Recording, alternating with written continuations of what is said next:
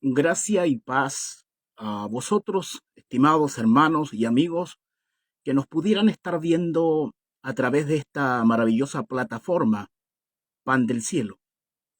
Quien les habla es su hermano Freddy Angulo del Ministerio Casa del Noble de la República de Chile, Ciudad Osorno. En esta ocasión tengo la bendición de reemplazar al pastor José Ojeda en la exposición y lo hago con mucho gusto. En esta dirección vamos a ver el día de hoy un tema que he titulado um, Una filosofía bíblica de la historia. Una filosofía bíblica de la historia. Conforme transcurra esta exposición, iremos entendiendo a qué me refiero con este título. Ahora, usted, estimado amigo, puede dejar sus comentarios, puede dejar sus preguntas en la caja de comentarios. Pues bien, ahí me dicen si es que está saliendo todo bien, si es que se escucha bien, etcétera, etcétera. A ver, acá en Chile tenemos las 12:40, 20 para la 1 de la tarde. A ver, comencemos. Um, Hay algunas preguntas filosóficas fundamentales que el hombre se ha hecho ayer, se hace hoy y sin duda se hará mañana. Por ejemplo, ¿de dónde venimos? ¿Quién soy? ¿Cómo debo vivir esta vida? ¿Para dónde voy? Son preguntas que han mantenido ocupada las mentes de los eruditos de la historia en los diferentes campos de las ramas del conocimiento.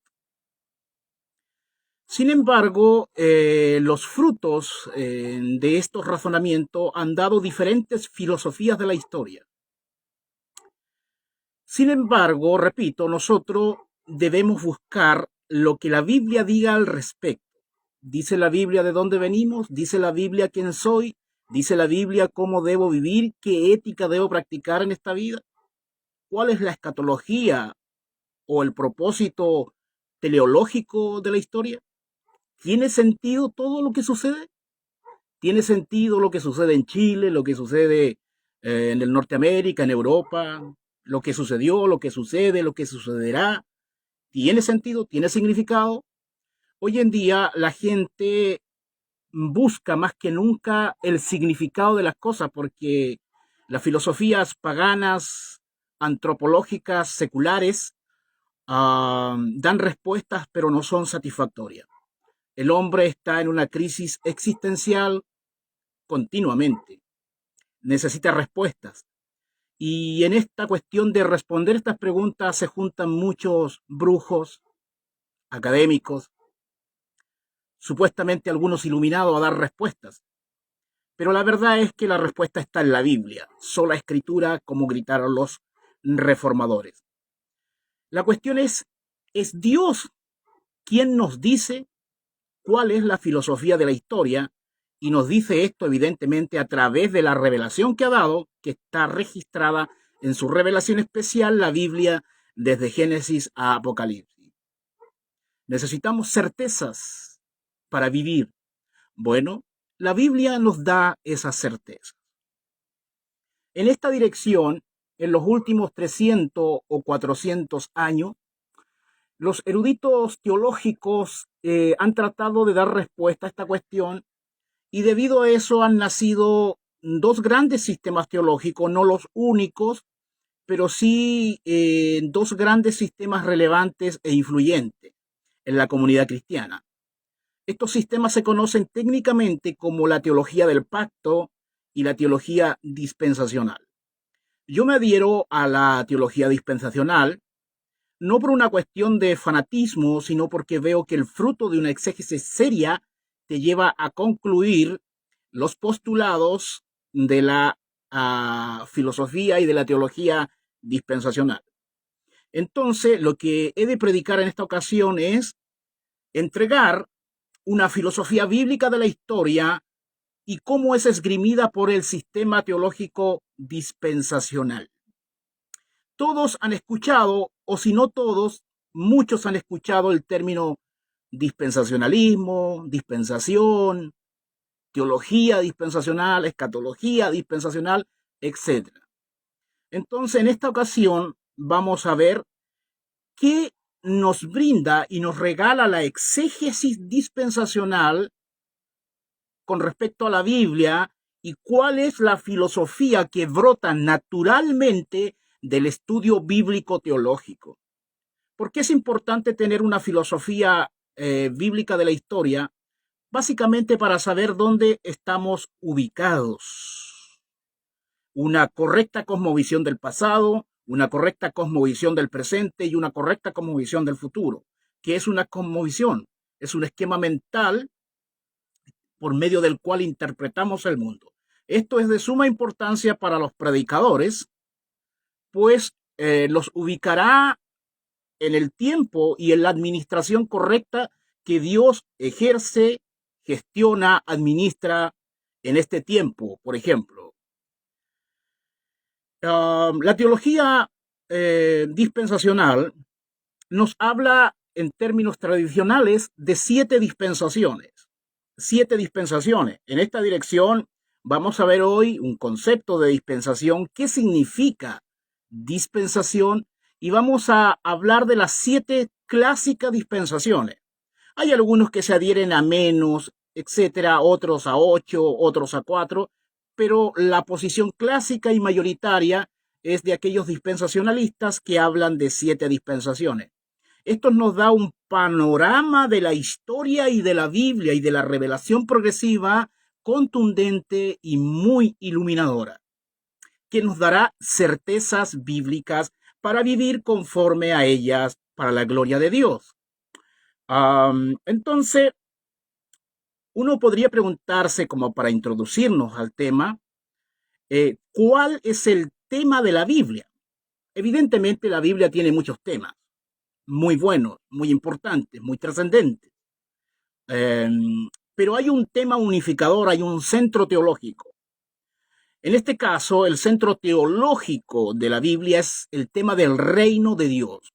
Se han propuesto otros temas, pero en este caso creo yo que el más pertinente, el que se ajusta más a una exégesis seria de la Escritura, es el tema del reino de Dios. Un tema unificador debe cumplir la función de unificar todos los demás temas. Debe ser como un gran paraguas que cobija toda la revelación progresiva que Dios ha revelado desde la protología hasta la escatología. Debe ser un ente que cohesiona toda la Biblia, que nos da una visión panorámica e integrada de la Biblia y de la historia.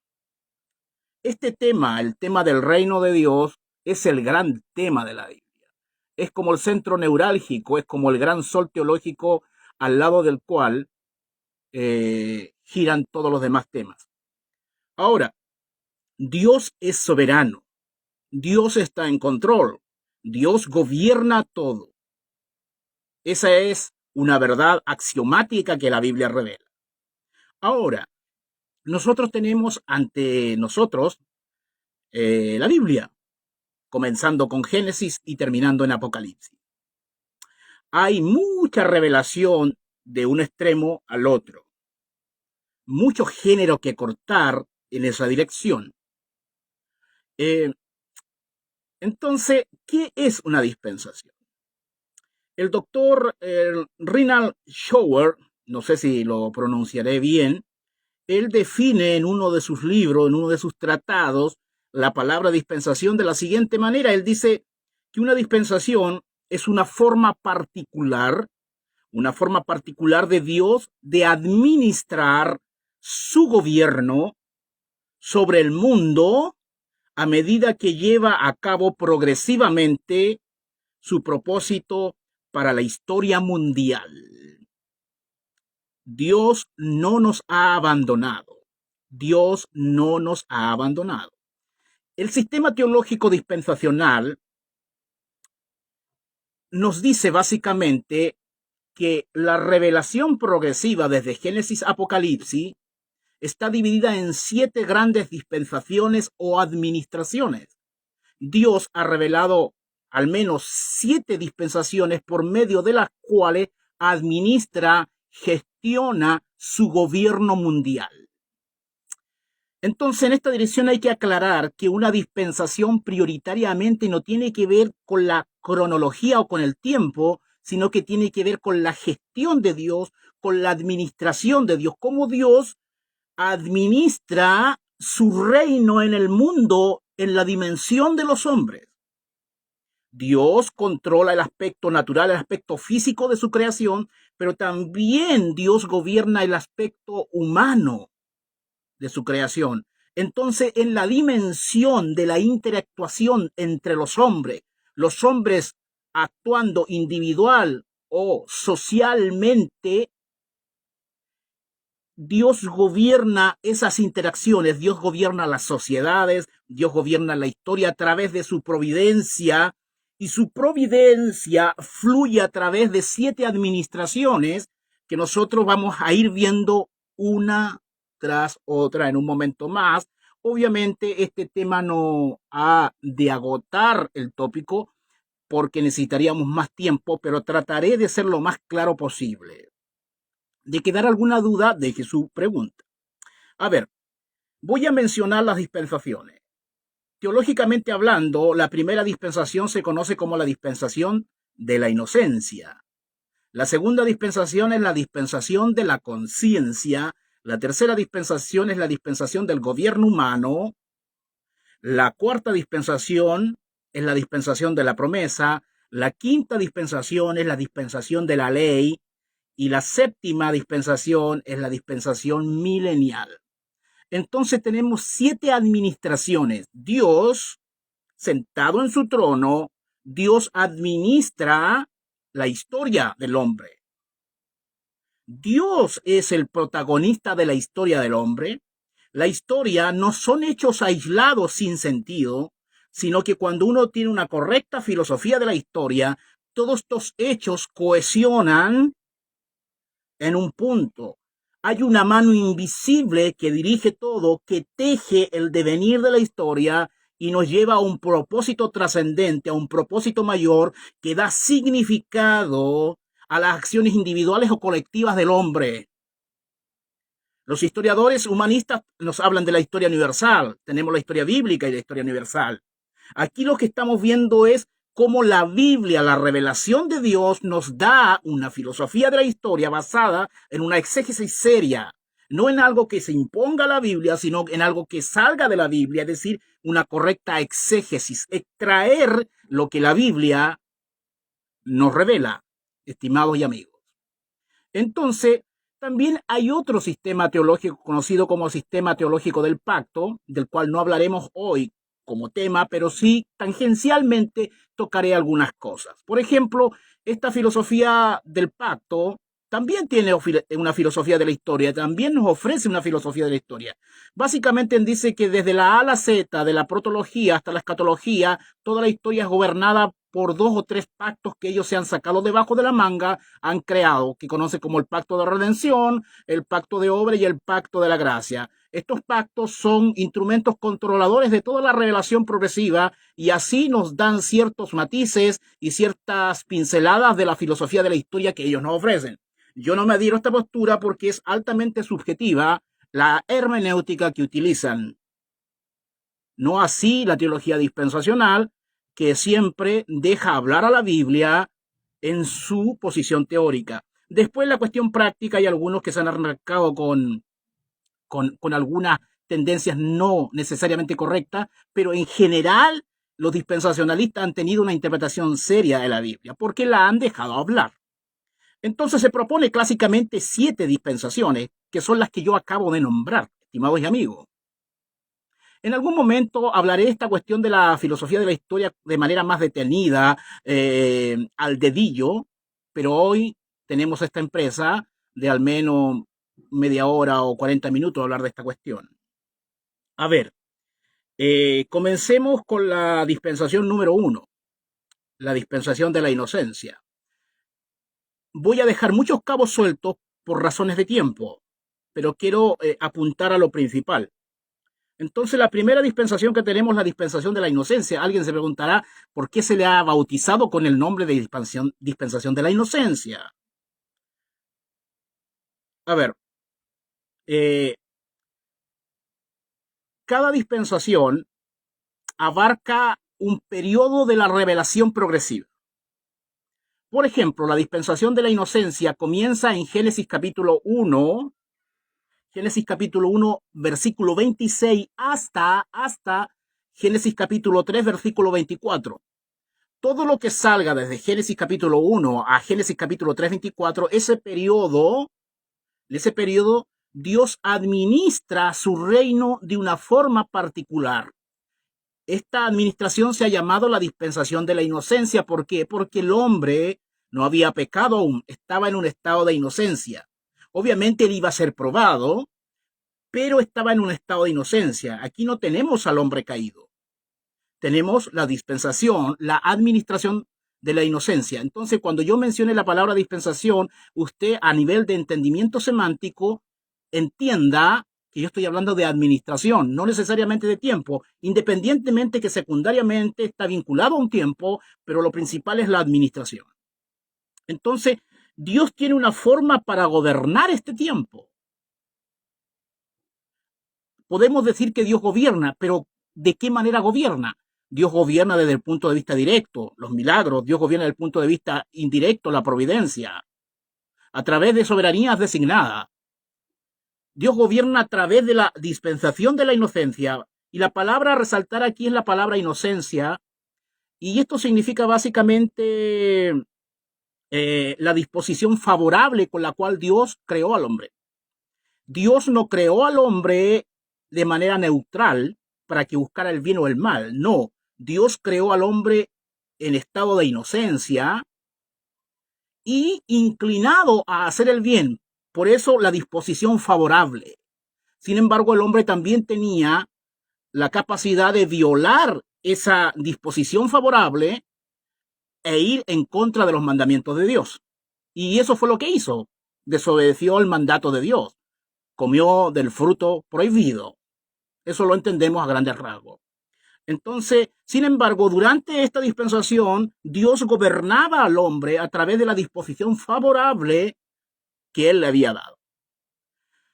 El hombre cayó, resumiendo la historia, y llegamos, por ejemplo, a Génesis 3:24. Yo quiero leer primero, Génesis 1:21, que dice: entonces dijo Dios, hagamos al hombre a nuestra imagen conforme a nuestra semejanza, y señoree en los peces del mar, en las aves de los cielos, en las bestias, en toda la tierra y en todo animal que se arrastra sobre la tierra. Ahí comenzó la dispensación de la inocencia. La dispensación de la inocencia termina acá en el Génesis 3:24, que dice: echó pues fuera al hombre y puso al oriente del huerto de Edén querubines y una espada encendida que se revolvía por todos lados para guardar el camino del árbol de la vida. Se cerró. Ahí terminó la administración de la inocencia. Entonces, a grandes rasgos, esa es la primera administración por medio de la cual Dios gobierna, gestiona, administra su reino en ese periodo revelacional de la historia. Entonces aquí ya estamos recibiendo en el pasado ciertos principios de filosofía de la historia bíblica. La segunda dispensación, que comienza cuando termina la que acabo de mencionar, se conoce como la dispensación de la conciencia. Es decir, cuando Adán comió del fruto prohibido, el hombre, hablo del hombre en términos genéricos, es decir, involucro a la mujer y al hombre, la humanidad adquirió conciencia del bien y el mal. Entonces, desde ahí, Dios comenzó a gobernar su reino a través de la conciencia del hombre. A través de la conciencia, Dios frena al hombre en su maldad. Si bien es cierto, el hombre está muerto en pecados, el hombre está muerto en delitos y pecados, pero a pesar de eso, Dios lo gobierna a través de su conciencia. Es decir, el mundo no está desbocado desde el punto de vista del gobierno de Dios. Es el hombre que se ha desbocado, pero Dios sigue teniendo control. Dios gobierna, concurre su creación y es providencial a la misma. Entonces, esta segunda dispensación, que comienza en Génesis capítulo 4, versículo 1 y termina en Génesis capítulo 8, versículo 19, ese periodo se conoce como la dispensación de la conciencia. Es decir, Dios frena la maldad tanto a nivel individual como a nivel colectivo, a través de la conciencia. La conciencia es una facultad mental creada por Dios para distinguir entre el bien y el mal. Es el fiscal de Dios, decían los puritanos, dentro del hombre. Entonces, Dios frena al hombre individual y colectivamente. Voy a leer los versículos atingentes a esta segunda dispensación de la conciencia. Génesis capítulo 4, versículo 1 dice, conoció Adán a su mujer Eva, la cual concibió y dio a luz a Caín, y dijo, por voluntad de Jehová he adquirido varón. Desde ahí comienza la dispensación de la conciencia y termina en Génesis 8, 19. Todos los animales y todo reptil y toda ave, todo lo que se mueve sobre la tierra, según su especie, salieron del arca.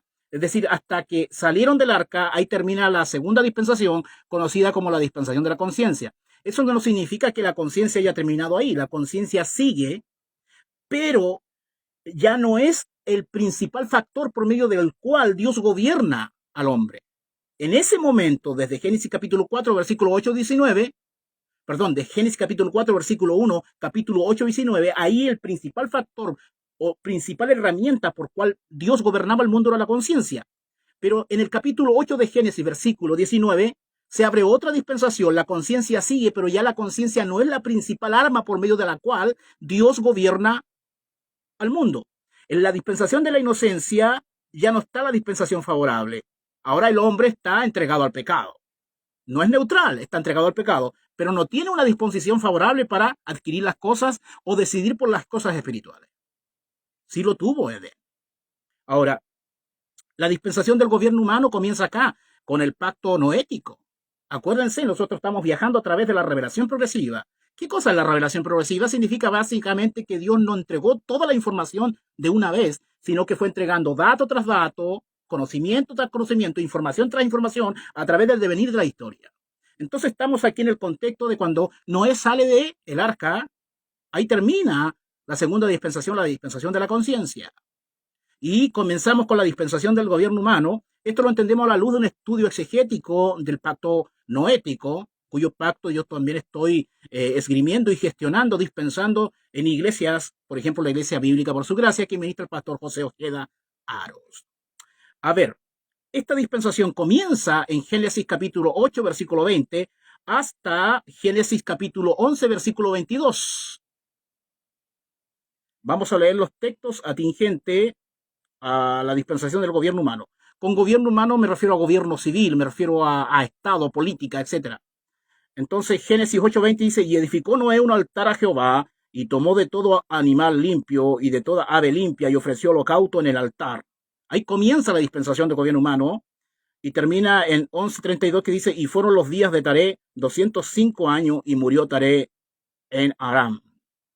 Es decir, desde Génesis capítulo 8, versículo 20, hasta Génesis capítulo 11, versículo 32, el principal factor por medio del cual Dios gobierna el mundo providencialmente es el gobierno civil, el gobierno humano.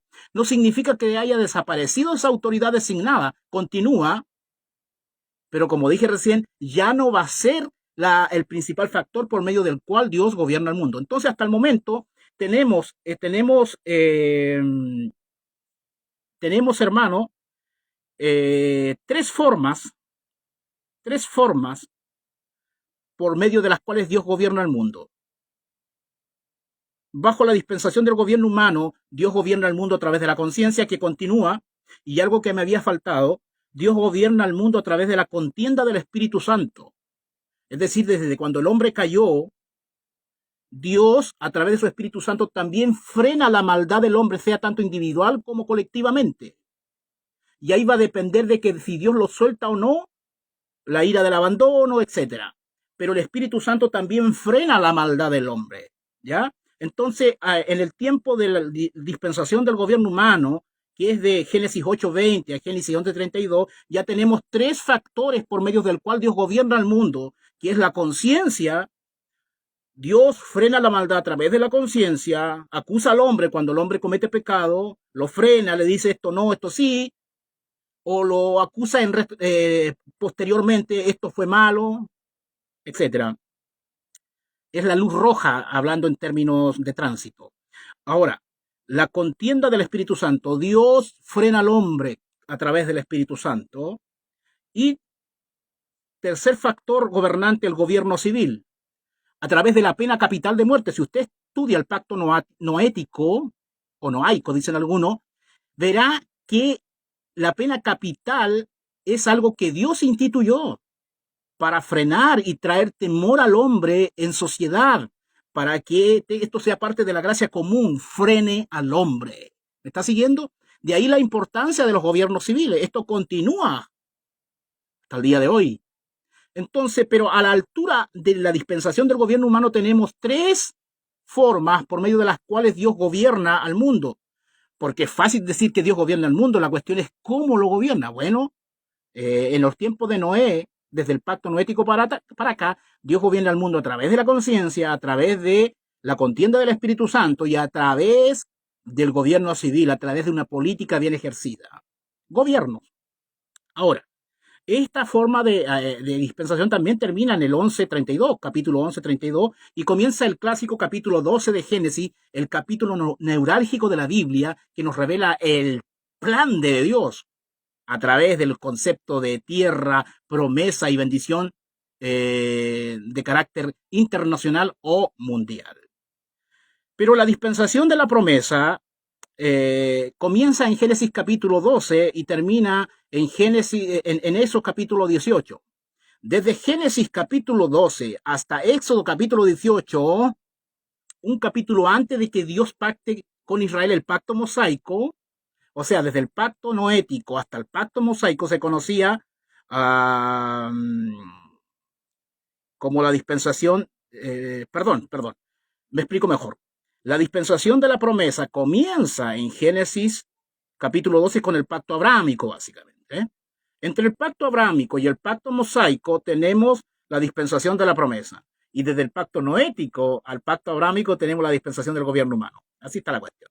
Entonces, dispensación de la promesa. Leamos los versículos atingentes en relación a la dispensación de la promesa. Génesis capítulo 12:1 dice: pero Jehová había dicho a Abraham: vete de tu tierra y de tu parentela y de la casa de tu padre a la tierra que te mostraré. Ahí comienza la dispensación de la promesa. Éxodo capítulo 18, versículo 27. Y despidió Moisés a su suegro, y éste se fue a su tierra. Y ahí entramos ya al capítulo 19, que es básicamente la introducción del capítulo del pacto mosaico, que da origen a otra dispensación, que es la dispensación de la ley. ¿Ya? La dispensación de la ley. Pero en la dispensación de la promesa tenemos ya no tres factores por medio del cual Dios gobierna el mundo, sino que tenemos cuatro factores por cual Dios gobierna el mundo de los hombres. Dios gobierna el mundo a través de la conciencia, a través de la contienda del Espíritu Santo, a través del gobierno humano, con la temerosa pena capital de muerte y a través de la promesa. ¿Ya? Pero aquí entramos a la quinta dispensación, que es la dispensación de la ley, que comienza en Éxodo capítulo 19, versículo 1, hasta Mateo capítulo 27, versículo 56. Básicamente, desde el pacto mosaico hasta la muerte de nuestro Señor Jesucristo se conoce como el periodo de la ley, o dispensación de la ley, la administración de la ley. Aquí quiero aclarar algo. El dispensacionalismo siempre ha sido acusado de que promovió varias formas de salvación. Eso es un nombre de paja que utilizan los adversarios, originalmente teólogos del pacto, porque la palabra dispensación no tiene que ver con 7 formas de salvación, no tiene que ver con la cuestión soteriológica, sino que tiene que ver con la cuestión de reino. La dispensación es una administración de reino, es como Dios administra su gobierno en el mundo, no tiene que ver con salvación. Así que deseche ese hombre de paja. La dispensación de la ley, Éxodo capítulo 19, versículo 1 hasta Mateo 27, 56. Leamos los versículos. Éxodo 19:1 dice: y en el mes tercero de la salida de los hijos de Israel de la tierra de Egipto, en el mismo día llegaron al desierto de Sinaí. Ahí comienza la dispensación de la ley y termina en Mateo 27:56, que básicamente es la muerte de nuestro Señor Jesucristo, entre las cuales estaban María Magdalena, María la madre de Jacobo y de José, y la madre de los hijos de Zebedeo. Estaba marcando básicamente el periodo de la muerte de nuestro Señor Jesucristo. Entonces ahí tenemos la dispensación de la ley. Estimado, todo lo que está en el pasado tiene que ver con la dispensación de la inocencia, de la conciencia, del gobierno humano y la promesa, y la ley. ¿Ya?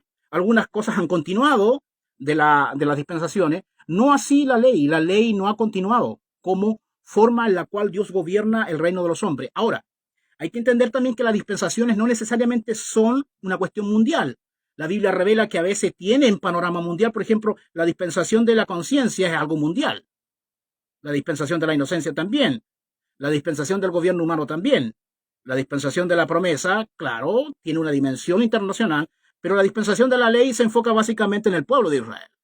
Es decir, el pacto mosaico no es vinculante a las naciones gentiles, como dicen los teonomistas, los postmilenianistas, los reconstruccionistas, ¿ya? Claro, ellos sacarán varios conejos bajo la manga para tratar de probar su caso, pero no es así.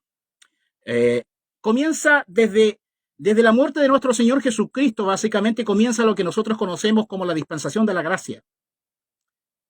Y aquí cuando hablamos de la dispensación de la gracia no estamos hablando de salvación, porque la gracia siempre ha salvado al hombre a través de todas las dispensaciones.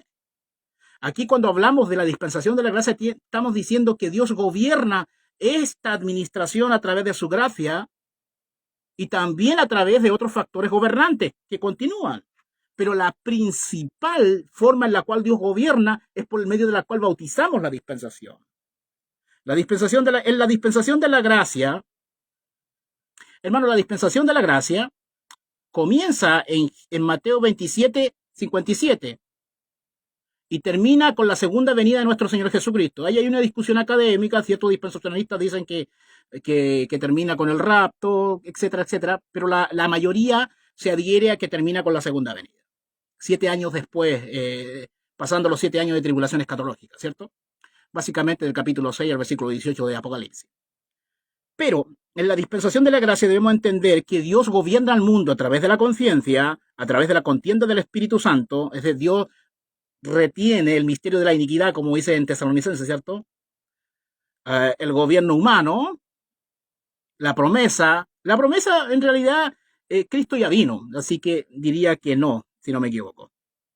A no ser que hablemos de los aspectos de la segunda venida. Y la gracia.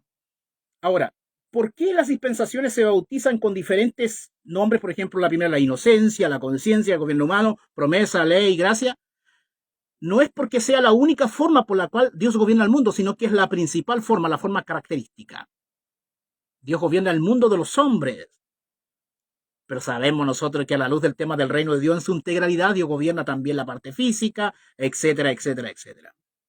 ¿Ya? Entonces vamos a leer los versículos atingentes en relación a la dispensación de la gracia. Mateo 27, 57 dice, cuando llegó la noche vino un hombre rico de Arimatea, llamado José, que también había sido discípulo de Jesús. Claro, ya Jesús había muerto, pero esto comienza la dispensación de la gracia. Y termina con la segunda venida de nuestro Señor Jesucristo, Apocalipsis capítulo 19, versículo 21, que dice, y los demás fueron muertos con la espada que salía de la boca del que montaba el caballo blanco, y todas las aves se saciaron de las carnes de ellos. Estimado, nosotros estamos en esta dispensación de la gracia. Entonces, para que usted tenga una correcta filosofía del mundo, usted tiene que entender que Dios hoy, en la dispensación de la gracia, Dios gobierna el mundo a través de la conciencia de los hombres, a través de la ley moral que impuso en la conciencia del hombre, a través de la contienda del Espíritu Santo. El Espíritu Santo detiene el ministerio de la iniquidad a través del gobierno humano. Entonces, cuando usted opine de política, de geopolítica, de ciencias políticas, de derecho político, etcétera, usted tiene que entender que desde el punto de vista bíblico, Dios tiene al gobierno humano y le ha dado la facultad de implementar la pena capital de muerte. Y todo gobierno que no haga esto está fallando ante Dios, no está cumpliendo los diseños de Dios. Entonces, a través del gobierno humano y a través de la gracia. Repito, aquí usamos el término gracia para bautizar la dispensación de la gracia, no en el sentido soteriológico, porque Dios siempre ha salvado por gracia. Hay un axioma bíblico que la salvación es por gracia por medio de la fe. Efesios 2:8. Eso siempre ha sido así. Pero la gracia no solamente significa salvación, hermano. Hay que entender que los términos a veces tienen varios significados en la Biblia. Obviamente el significado va a estar sujeto al contexto en el cual se ha usado el término, pero cuando vemos toda la Biblia, una misma palabra puede significar muchas cosas, pero puede significar una sola cosa en un solo contexto, que quede claro. La última dispensación es la dispensación del milenio, la dispensación milenial. O algunos hablan de la dispensación del reino, refiriéndose al reino mesiánico de Cristo. Bueno, en Apocalipsis capítulo 20, versículo del 1 al 6 dice así: y vi a un ángel que descendía del cielo con la llave del abismo y una gran cadena de la mano, y prendió al dragón, la serpiente antigua, que es el diablo y Satanás, y lo ató por 1000 años, y lo arrojó al abismo, y lo encerró, y puso su sello sobre él para que no engañase más a las naciones hasta que fuesen cumplidos 1000 años, y después de esto debe ser desatado por un poco de tiempo. Y vi trono, y se sentaron sobre ellos los que recibieron facultad de juzgar, y vi las almas de los decapitados por causa del testimonio de Jesús y por la palabra de Dios, los que no habían adorado a la bestia ni a su imagen, y que no recibieron la marca en sus frentes ni en sus manos. Y vivieron y reinaron con Cristo 1000 años, pero los otros muertos no volvieron a vivir hasta que se cumplieron los 1000 años. Esta es la primera resurrección. Bienaventurado y santo el que tiene parte de la primera resurrección. La segunda muerte no tiene potestad sobre esto, sino que serán sacerdotes de Dios y de Cristo y reinarán con él 1000 años. Esta es la dispensación del milenio. La última dispensación de la historia. Llegamos al telos de la historia. Entonces, el propósito de esta exposición no era hacer una exposición al dedillo de cada versículo, simplemente los estoy leyendo porque estoy dando la panorámica para que entendamos que hay una filosofía de la historia bíblica. Es decir, un historiador que no entiende esto anda totalmente perdido. Es decir, los verdaderos historiadores deberían ser dispensacionalistas porque tendrían una correcta filosofía de la historia. ¿Qué le están enseñando a tus hijos en la escuela secular estatal? ¿Qué estás enseñando tú si eres profesor de historia? Si tú no entiendes esto y eres profesor de historia, andas más perdido que el teniente Bello. Porque todo tiene un propósito. Los movimientos particulares, los movimientos mundiales, todos tienen una razón de ser. Dios está en control de la historia. Y Dios la esgrime, la gestiona a través de dispensaciones, es decir, a través de administraciones. Dios es el administrador en singular de la historia, estimados y amigos. Dios está en control.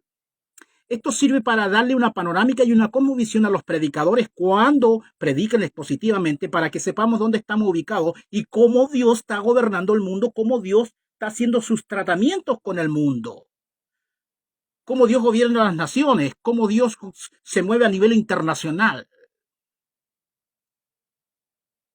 Todo tiene un porqué y un para qué, estimado. Dios está sentado en su trono y su reino domina sobre todos. ¿Qué les parece? Así que yo voy a subir un gráfico que realicé. Aquí le voy a poner abajito de, de esta exposición y va a quedar todo más claro. Así que gracia y paz a vosotros, estimados. Espero que les sirva. Chao, chao.